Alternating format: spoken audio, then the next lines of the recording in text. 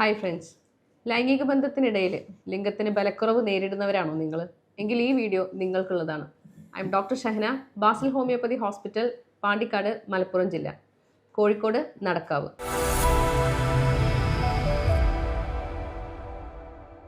ലൈംഗിക ബന്ധത്തിന് ആവശ്യമായ ഉദ്ധാരണം ലഭിക്കാനോ നിലനിർത്താനോ സാധിക്കാത്ത അവസ്ഥയെയാണ് നമ്മൾ ഉദ്ധാരണക്കുറവ് അഥവാ ഇറക്ടൈൽ ഡിസ്ഫങ്ഷൻ എന്ന് പറയുന്നത്. ഇത് സാധാരണമായിട്ടുള്ള ലൈംഗിക പ്രശ്നമാണ്. മറ്റു രോഗങ്ങളെ പോലെ തന്നെ ഇത് ചികിത്സിച്ചാൽ ഭേദമാക്കാവുന്നതുമാണ്. പലപ്പോഴും മറ്റ് ഗുരുതരമായ ആരോഗ്യ പ്രശ്നങ്ങളോടൊപ്പം തന്നെ വരുന്നതാണ് ED എന്ന് പറയുന്നത്. ശാരീരികവും മാനസികവുമായ കാരണങ്ങൾ കൊണ്ടുണ്ടാകാം. ശാരീരികമായ കാരണങ്ങൾ എന്ന് പറയുമ്പോൾ അമിതവണ്ണമോ ഇല്ലാന്നുണ്ടെങ്കിൽ എക്സസൈസിന്റെ കുറവോ ഉറക്കക്കുറവോ കൊണ്ടുണ്ടാകാം. മാനസികമായ കാരണങ്ങൾ എല്ലാവർക്കും അറിയുന്ന പോലെ തന്നെ നമുക്കുണ്ടാകുന്ന ഭയം, ഉത്കണ്ഠ, നിരാശ, മാനസികമായിട്ടുള്ള പിരിമുറുക്കങ്ങൾ, അത് തന്നെ നമ്മുടെ പാർട്ട്ണറോട് തന്നെ സംതൃപ്തിപ്പെടുത്താൻ കഴിയാത്തൊരവസ്ഥ, അങ്ങനെയൊക്കെ ആകുമ്പോൾ തന്നെ ഒരു അപകർഷതാബോധം ഉള്ളിൽ സൃഷ്ടിക്കുകയാണ്.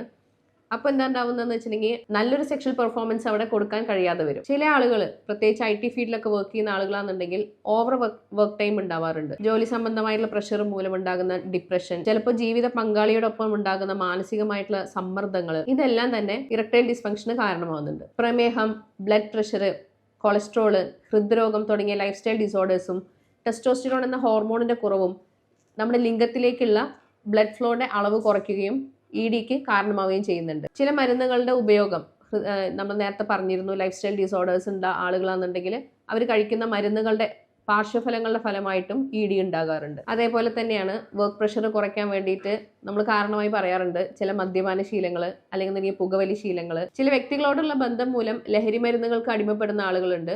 അത് എന്തുണ്ടാവുന്നത് വെച്ചാൽ ആ മരുന്നുകളുടെ ഉപയോഗം നമ്മുടെ നാഡീവ്യൂഹത്തെ ബാധിക്കുകയും ED വരാനുള്ള സാധ്യത കൂടുകയാണ് ചെയ്യുന്നത്. ഈ ലിംഗത്തിലുള്ള ബലക്കുറവ് വരുമ്പോൾ തന്നെ ചില ആളുകളിൽ ഇതൊരു അപകർഷതാബോധം സൃഷ്ടിക്കുകയും പിന്നീട് ഇതൊരു ലൈംഗിക താല്പര്യ കുറവായി ബാധിക്കുകയും ചെയ്യാറുണ്ട്.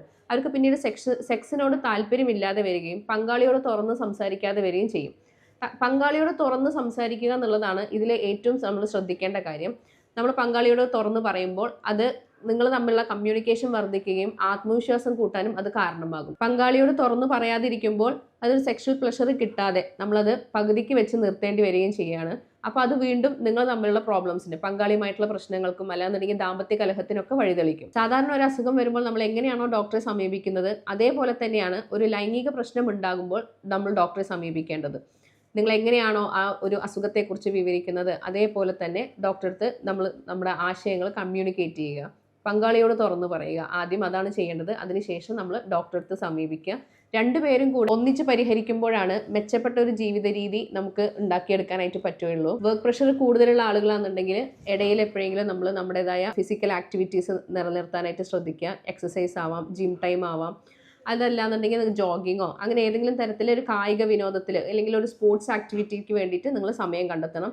ഇനി ഉറക്കം കുറവുള്ള ആളുകളാണെന്നുണ്ടെങ്കിൽ 6 മണിക്കൂർ മുതൽ 8 മണിക്കൂർ വരെ നിങ്ങൾ ഉറക്കം നിലനിർത്താനായിട്ട് ശ്രദ്ധിക്കുക. പരമാവധി ഫോണിന്റെ ഉപയോഗം രാത്രി കുറയ്ക്കുക. കാരണം രാത്രി ഇരുട്ടത്ത് ഫോൺ ഉപയോഗിക്കുന്നത് മൂലം നമ്മുടെ ഉറക്കത്തെ അത് ബാധിക്കാനായിട്ട് കാരണമാവാറുണ്ട്.